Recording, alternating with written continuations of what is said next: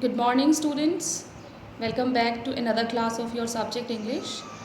And we were doing this chapter, the address, and we were on this page number 2. So, finally, the first visit of the narrator Maga Minko to Mrs. Darling's house was entirely a failure because the lady first did not seem to recognize Marga Minko, although she was recognizing, but she was refusing because she didn't want to return the belongings. But later on, when the narrator saw her wearing her mother's green knitted cardigan, the lady actually said, "Have you come back?" So, in this way, she recognized her. When the narrator said that I want to talk to you a little bit, he said, "It's not convenient for me right now. Please come another time." Then she came on the way, she remembered each and everything, how she met Mrs. Dorling for the first time, how her mother told her about the address, and how her mother told her that she was taking away the things and she was actually getting a heavy risk. At this point, the narrator asked, "Are you agreeing, is she agreeing on the point that she would keep the things safe?" And the mother said, "Is it that is necessary?" So according to the mother, she said, "No, this is not necessary that she would keep the things safe." My mother seemed to notice that I was not entirely convinced. She looked at me reprovingly, and after that we spoke no more about it. Then meanwhile, as I told you, this is about past and present. In the past, she was remembering about her chit chat with her mother, and in the present, she was coming from Mrs. Darling's house and she had come to the station. She arrived, she did not pay much attention to the things on the way, and she was walking in familiar places again for the first time since the war, but she didn't want to go further than was necessary because the path, the road, all the kind of atmosphere was again taking her back to those memories of her mother, which was really painful for her. Then in the train back, now she has boarded the train, she said, "In the train back, I saw Mrs. Darling in front of me again as I had the first time I met her." This is not that in reality Mrs. Darling had come into the train. No, she has started again imagining her chit chat with her mother. So after sitting the train, she is again remembering that talking about Mrs. Darling. It was the morning after the day my mother had told me about her. I had got up late and coming downstairs, I saw my mother about to see someone out, a woman with a broad back. So she is saying that this memory was of the day when she came from the war, the next day when her mother and she had a talk about Mrs. Darling. The next day she got up late, and when she got up, came downstairs, she saw that her mother was seeing somebody out. Somebody was going, and it was a lady with a broad back. "There is my daughter," said my mother. She beckoned to me. That lady waved to me. The woman nodded and picked up the suitcase under the coat rack. She wore a brown coat and a shapeless hat. "Does she live far away?" I asked, seeing the difficulty she had going out of the house with the heavy case. The lady was going out of the house with such a heavy case that narrator asked her mother, "Does she live far away?" At that point, she came to know the address. Her mother said, "In Marconi Street," said my mother, "number 46, remember that." Why the mother says, "Remember that"? Because when the war is over, they have to take their things back from that address. That is the reason the mother said it very clearly to remember that, and narrator remembered that. That's the reason that even after her mother's death, she was there on the right address. She said, "I had remembered it, but I had waited a long time to go there. Initially, after the liberation, freedom, I was absolutely not interested in all that stored stuff. When the war was over, the mother was no more. For some time, narrator did not want to have those things back. And naturally, I was also rather afraid of it. She was afraid of being around those things which were actually the things connected with her mother.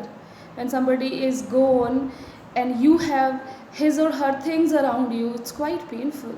So the narrator did not want initially to have those things back. She was afraid of it, afraid of being confronted to face. with things that had belonged to a connection that no longer existed, because the things were actually a symbol of the connection, and the connection no longer now existed. Here connection means the relationship of mother and daughter, which were hidden away in cupboards and boxes and waiting in vain until they were put back in their places again. Narrator used to think in the beginning, when she didn't go to Mrs. Darling's house for even the first visit, she used to think that my things must have hidden somewhere in cupboards or boxes, and the things must have been waiting in vain until they were put back in their places again, which had endured, tolerated all those years because they were things. She thinks that her things would have been waiting for the real owner to come and put the things back into their places. Do you think, is it so? Were the things waiting for the real owner to be used? Of course not. The things were actually used by Mrs. Darling. We can have an example of the cardigan worn by her. But gradually everything became more normal again after the war. Bread was getting to be a lighter color. There was a bed you could sleep in unthreatened, means the threat of war and the after effects of war were starting to get over. A room with a view you were more used to glancing at each day. The room actually was getting normal. The outside scene was also getting normal. And one day I noticed I was curious about all the possessions, belongings that must still be at that address. And one day she got some kind of instinct, she got some kind of, you can say, something triggered her that she wanted to have those possessions back. I wanted to see them, touch them, and remember them. So suddenly she wanted all those things back, and that is why she went to Mrs. Darling's house. After my first visit in vain to Mrs. Darling's house, I decided to try a second time. Now a girl of about 15 opened the door to me. I asked her if her mother was at home. Luckily for the second time, Mrs. Darling didn't open the door. The door was opened by Mrs. Darling's daughter, who was just 15 years old. Narrator asked if your mother is at home, and she said no. My mother is doing an errand, means she has just gone for some household work. No matter, I said, I'll wait for her. So the narrator wanted to wait for Mrs. Darling. She wanted her things back today, so she was waiting for her. I followed the girl along the passage. An old-fashioned iron Hanukkah candle holder hung next to a mirror. When she followed the first passage, she noticed her own thing. That was old-fashioned iron Hanukkah. What is Hanukkah? You can see the number 1 here. It means that we have the meaning. This is the Feast of Lights, a Hebrew festival in December. Means Hanukkah is a kind of candle stand where many candles are hung together. We never used it because it was much more cumbersome, heavy than a single candlestick. So means it was very heavy, so they didn't use it. But this was used by the lady. Won't you sit down? Asked the girl. She held open the door of the living room, and I went inside past her. So the daughter was not like her mother, who had just sent the narrator out of the house without even allowing her to enter the house.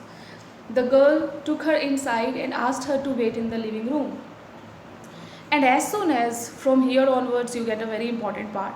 And as soon as narrator entered the living room, she said, I stopped, horrified. She entered the living room and she got horrified.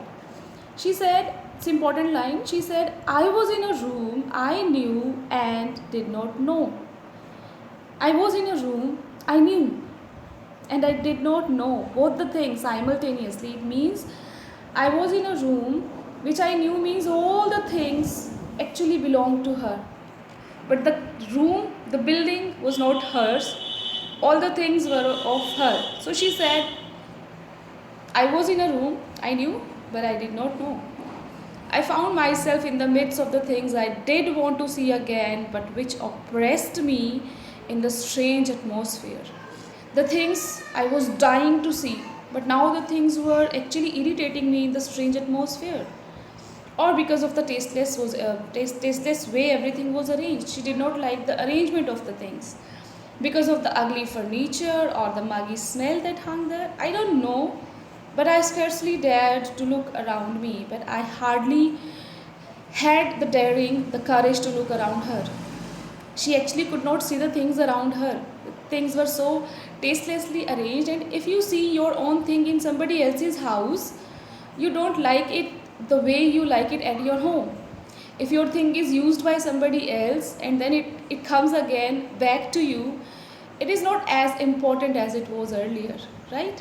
Similarly, when the things were getting used by somebody else, the things actually started getting losing importance in narrator's mind and life. The girl moved a chair, I sat down and stared at the woolen tablecloth. There was a woolen tablecloth on the table. I rubbed it. My fingers grew warm from rubbing. Of course, it was a woolen tablecloth, so if you will rub woolen, your body will start getting warm. So my fingers grew warm from rubbing. I followed the lines of the pattern. So woolen, there may be some design. So she followed the designing. Somewhere on the edge there should be a burn mark that had never been repaired.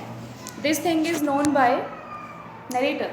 She said that this tablecloth, woolen tablecloth, actually again it belonged to the narrator. She clearly remembered that on one of the edges it should have a burn mark and it was never repaired.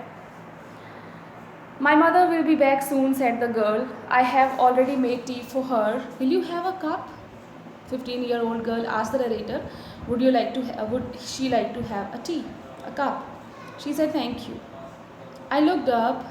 The girl put cups ready on the tea table. She had a broad back just like her mother. She poured tea from a white pot. All it had was a gold border on the lid. I remembered.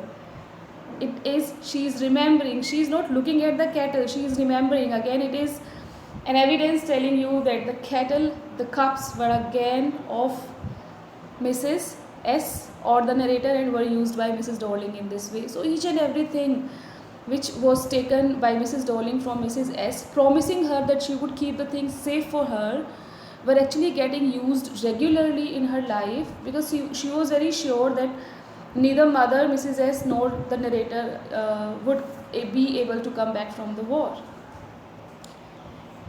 That's a nice box. Sorry. She opened a box and took some spoons out. That's a nice box. I heard my own voice. It was a strange voice, as though each sound was different in this room. So when the narrator saw that the daughter of Mrs. Dorling was opening a box, it was again a box of hers, but she still appreciated it. The narrator said, oh, that's a nice box. And she herself found her voice to be very strange, because everything in the room was very strange. Oh, you know about them? The daughter said. Do you know? She had turned around and brought me my tea. She laughed. My mother says it's antique. We have got lots more. She pointed around the room. See for yourself. She said that my mother says that we have these antique and we have many antique pieces. You just see around yourself. And the narrator, she actually knew everything which antiques she was talking about, because ultimately those antiques were connected or were owned by the narrator once. Now they were with Mrs. Dorling, but actually it was of her. I had no need to follow her hand. I knew which things she meant. I just looked at the still life over the tea table. As a child, I had always fancied the apple on the pewter plate. They were having pewter plates, and as a child, she always wanted to eat on that plates. Means her mother sometimes gave her permission to use those plates. We use it for everything, she said. But how lucky this Mrs. Dorling's daughter is. She said, we use it for everything. Mrs. Dorling is a lady who is using the things to the fullest. Once we even ate off the plates hanging there on the wall. I wanted to so much, but it wasn't anything special. I had found the burn mark on the tablecloth. Meanwhile, narrator, who was having the woolen tablecloth in her hand, and she was trying to find out the burn mark on one of the edges, and she had finally found that burn mark. Again, that tablecloth was of the narrator. The girl looked questioningly at me. When the girl noticed that I was having a burn mark in my hand of the tablecloth, she was actually you can say she was looking questioningly. She was very doubtful. She was very confused why the narrator was behaving like this. Yes, I said, you get so used to touching all these lovely things in the house, you hardly look at them anymore. This line is actually the reply of this. Once we ate on those plates, I wanted to so much, but it wasn't anything special. Then narrator said, yes, you get to used to touching all these lovely things in the house. You hardly look at them anymore.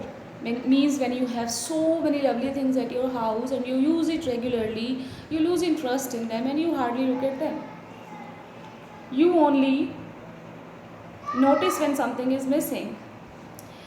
When do you know the importance of that thing? When it is missing, and it is practically, you can say, the life of narrator. Now she is understanding the importance of all those things, because now she cannot have the things back, or she is not having the things back. That is the reason she is now understanding the importance of the things, because it has to be repaired, or because you have lent it, for example.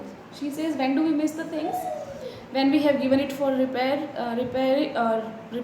or when we have lent it to somebody, when we have given it to somebody, as if somebody asks for the thing.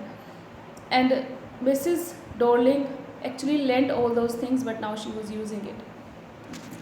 Again, I heard the unnatural sound of my voice, and I went on. She is telling Mrs. Dorling's daughter, I remember my mother once asked me if I would help her polish the silver. It was a very long time ago.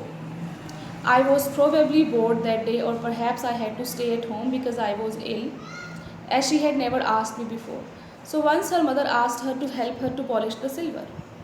I asked her which silver she meant. She actually didn't know what kind of a silver her mother was talking about, and she replied, surprised, that it was the spoons, forks, and knives, of course.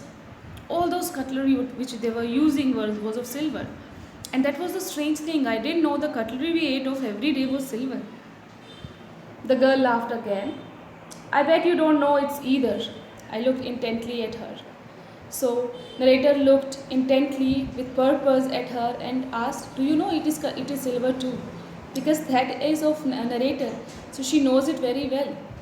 What we eat with? She asked. Mrs. Dorling's daughter also didn't know that the cutlery they ate of every day with was of silver. So she asked, what we eat with a question mark. Well, do you know? Again asked by narrator, do you know it's of silver? She hesitated. She walked to the sideboard. Mrs. Dorling's daughter got hesitated. If somebody else is telling you that the cutlery in your house is of silver, you will definitely get hesitated. And Mrs. Dorling's daughter didn't know that all the things she was telling the details of to narrator was actually of the narrator. She hesitated. She walked to the sideboard and wanted to open a drawer. Look, it's in here. She said, let me look. Is it of a silver? I jumped up. Narrator jumped up. Maga Minko. I was forgetting the time. I must catch my train. She had her hand on the drawer. Mrs. Dorling's daughter was to open the drawer. Don't you want to wait for my mother? She asked. And Maga Minko said, no, I must go. I walked to the door. The girl pulled the drawer open. I can find my own way. I said, okay, I'll go on my way. As I walked down the passage, I heard the jingling of spoons and forks. So in the passage, she could hear that the girl, the daughter of Mrs. Dorling, was checking the forks and spoons were they of silver. She could hear the sound of that outside in the passage too. At the corner of the road, I looked up at the nameplate, Marconi Street. It said it had been at number 46. The address was correct. But now I didn't want to remember it anymore. I wouldn't go back there, because the objects that are linked in your memory with the familiar life of former times instantly lose their value when severed from them, separated from them. You see them again in strange surroundings. She says if you have some kind of objects that are linked somewhere in your memory, but if you get separated from them and those things are used by somebody else in strange surroundings, you lose the importance of the things. It happens. If something is very dear to you, but that is very roughly used by somebody else, you would not love the thing that way you used to. The thing would lose its importance definitely. And what should I have done with them in a small rented room where the shreds means remaining, of blackout paper still hung along the windows? Blackout happens when there is some kind of serious conditions in the country, especially war times. Nobody is allowed to switch on any light. Any kind of light is not lighted, because there can be a risk that the opponent country can cause harm to you if they see light, so a kind of blackout is there.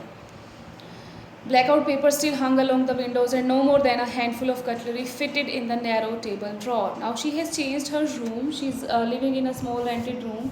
She's having a narrow table drawer. So she's thinking to herself, I don't need all these things. Where would I keep those things? The actual reason is now she doesn't want to have those things back because the things have now lost their importance. Moreover, the things were going to be very painful for her because the things were connected to a relationship which had now ended because of the death of the mother. I resolved to forget the address. Of all the things I had to forget, that would be the easiest.